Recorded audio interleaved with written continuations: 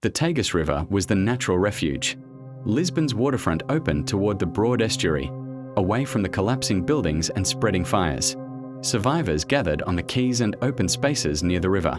But then something strange happened. The water began to retreat. The river appeared to pull away from the shore. To people who had just survived an earthquake and were watching their city burn, the exposed riverbed may have seemed like an opportunity. More open ground, more distance from the flames and collapsing buildings. But the retreating water was not safety. It was a warning. Far out in the Atlantic, the earthquake had displaced the seabed. A tsunami was moving toward the Portuguese coast.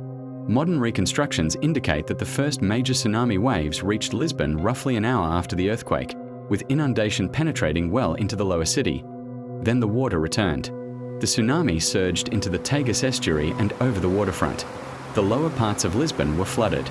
People who had escaped the earthquake and fire were suddenly confronted by another threat coming from the sea. The tsunami did not arrive as a single harmless rise in water. Multiple waves were recorded. The first wave was followed by others, pushing water through streets, squares, and low-lying areas. Modern modeling of the historic event indicates that the tsunami reached parts of downtown Lisbon approximately an hour after the earthquake and inundated areas as far as roughly 200 meters inland.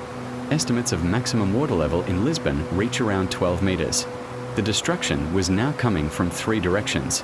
The earth had collapsed the city. Fire was consuming what remained. And the sea was flooding the places where survivors had gathered. Lisbon had been struck by an earthquake, then a citywide fire, then a tsunami. But the disaster was not confined to Lisbon. The tsunami crossed the Iberian Atlantic coast. It reached Spain and Morocco. Reports of unusual sea movements and flooding extended across the Atlantic world. The earthquake itself was felt over an enormous region.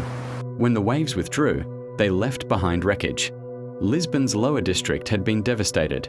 Ships were thrown about in the harbour. Buildings that had survived the earthquake and fire were now damaged or destroyed by water. And throughout the city, survivors faced another problem. There were too many dead. The exact number of people who died in the disaster remains disputed. Contemporary estimates varied, and historians have never been able to establish a perfectly reliable total because Lisbon's population records were incomplete and the disaster affected a large surrounding region. The uncertainty itself is significant. What is certain is the scale of the catastrophe. Entire families disappeared. Religious buildings were destroyed. Commercial districts were ruined. Thousands were left without homes. And the capital of Portugal had effectively ceased to function.